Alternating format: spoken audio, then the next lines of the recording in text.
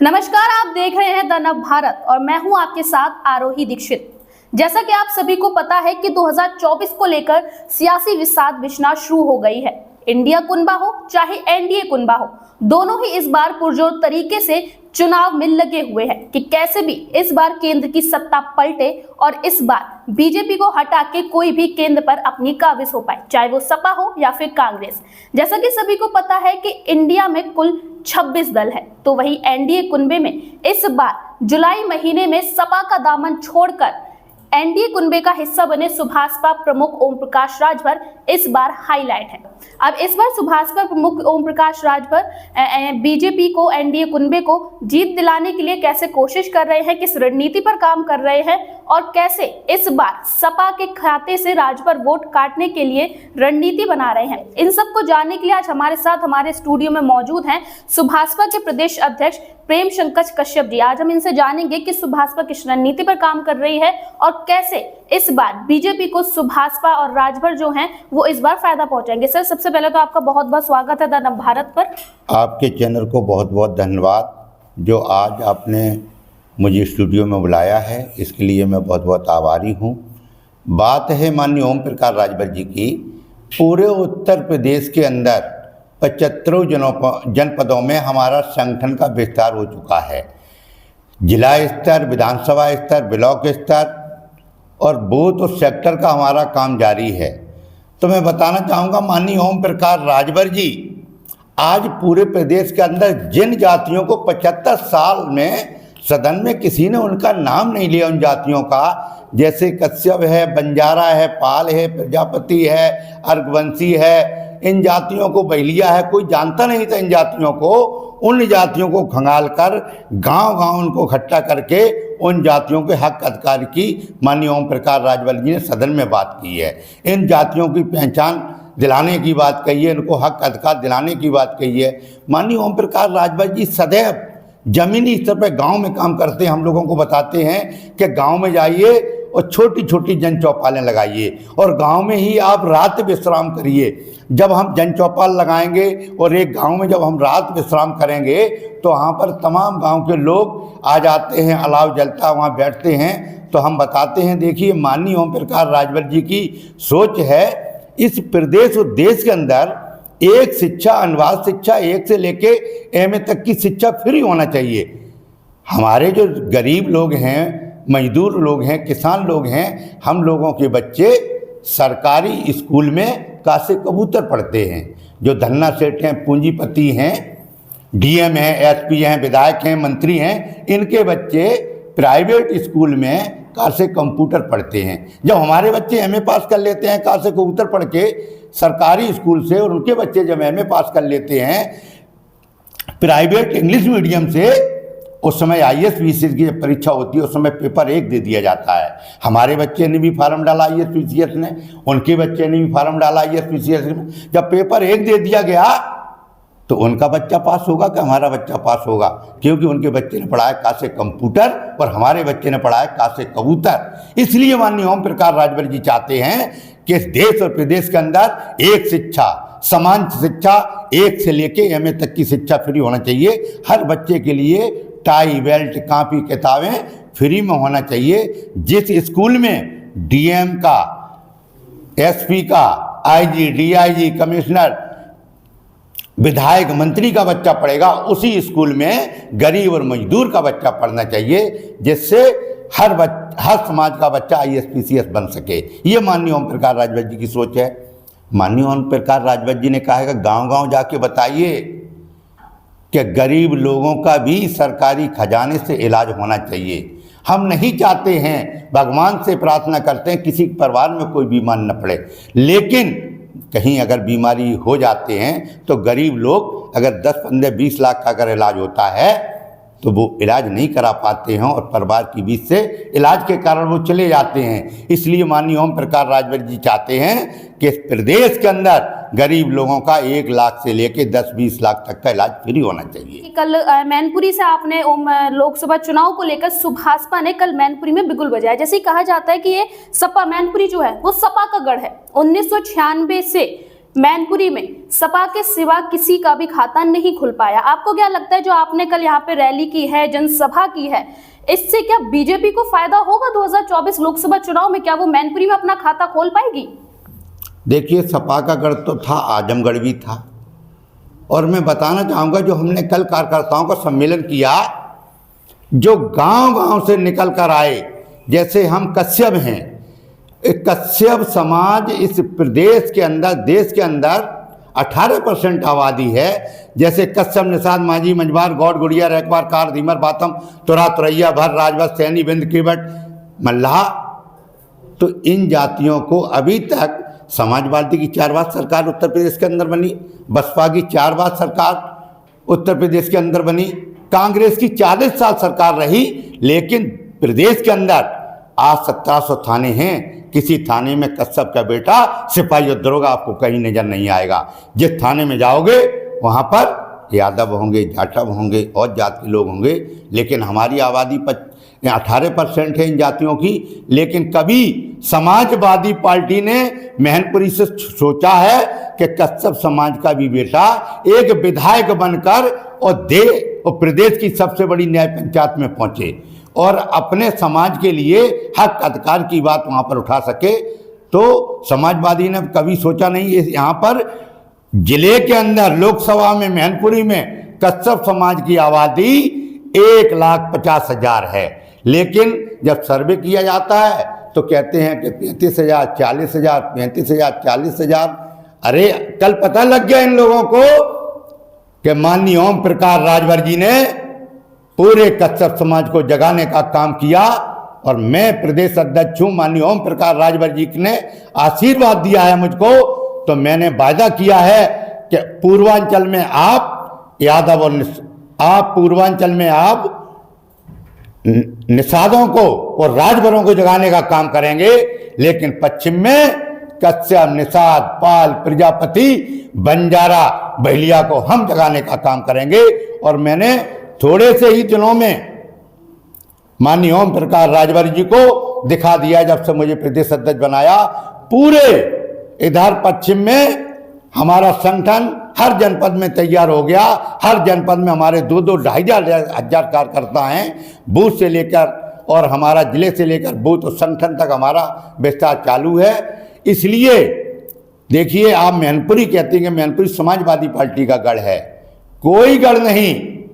कल जाहिर हो गया, अगर समाजवादी पार्टी का गढ़ है तो माननीय ओम प्रकाश राजभर, सुहेलदेव भारतीय समाज पार्टी का भी मैनपुरी में गढ़ है अब। और वो 2024 में हम दिखा देंगे।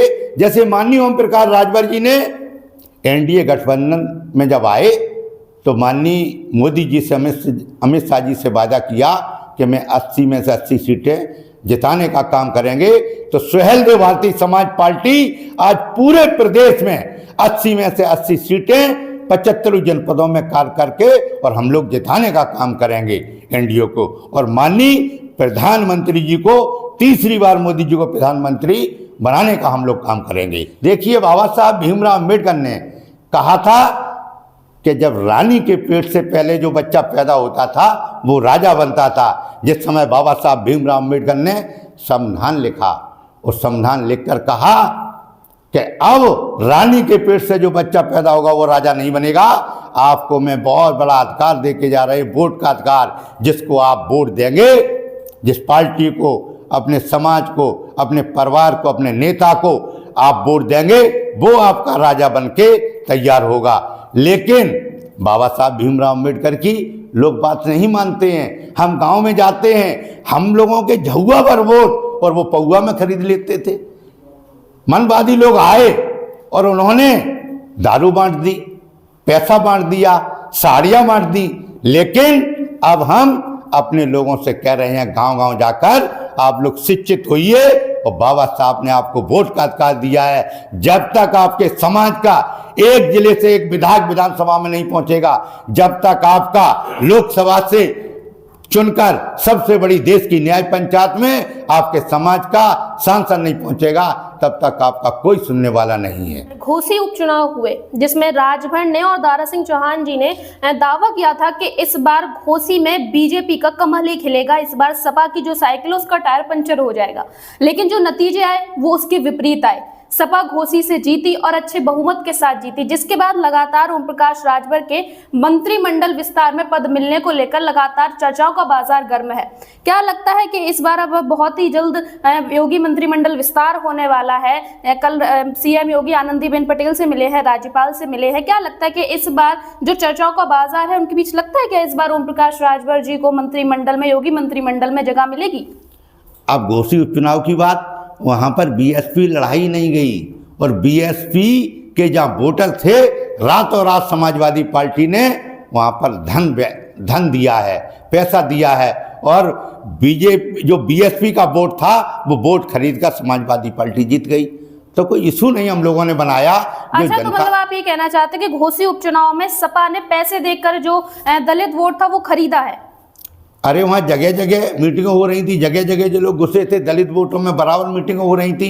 हमारे वहाँ कई विधायक लगे थे, हमारे बेदीराम जी लगे थे, हम लोग रिपोर्टें देते थे, देखिए वहाँ पर जो लोग खरपोश कर रहे हैं। लेकिन अब जो जनता ने जनाधार दिया वो हमने स्वीकार कर लिया, कोई दिक्कत नहीं। फिर हमने उसी समय हम लोगों ने लक्ष्य बनाया, अब 2024 में 80 में से 80 सीटें एनडीए के खाते में देने का काम करेंगे।